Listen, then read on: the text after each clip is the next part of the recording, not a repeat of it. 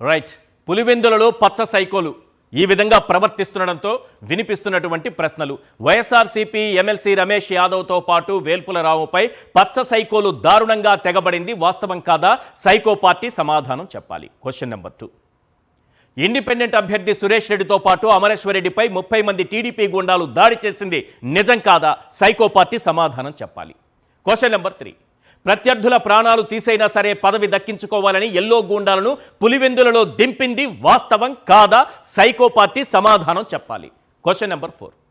ఒక జెడ్పీటీసీ ఎన్నిక కోసం రౌడీలు గూండాలతో పులివెందులలో అరాచకాలు సృష్టిస్తున్నది నిజం కాదా?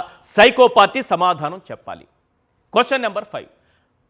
10,600 ఓట్లు 10,600 ఓట్లున్న ఒక్క స్థానంలో విజయం కోసం 100 కోట్ల రూపాయలు కుమ్మరిస్తున్నది వాస్తవం కాదా? సైకో పార్టీ సమాధానం చెప్పాలి. Question number 6.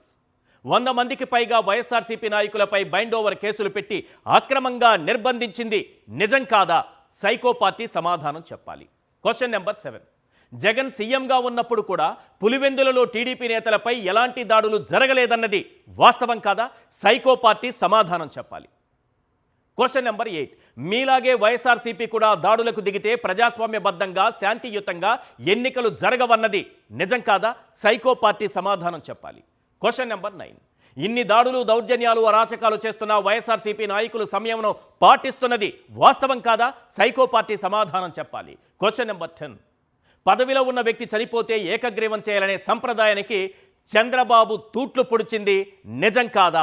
సైకో పార్టీ సమాధానం చెప్పాలి. ఇదే అంశంపైన మనం చర్చించబోతున్నాం.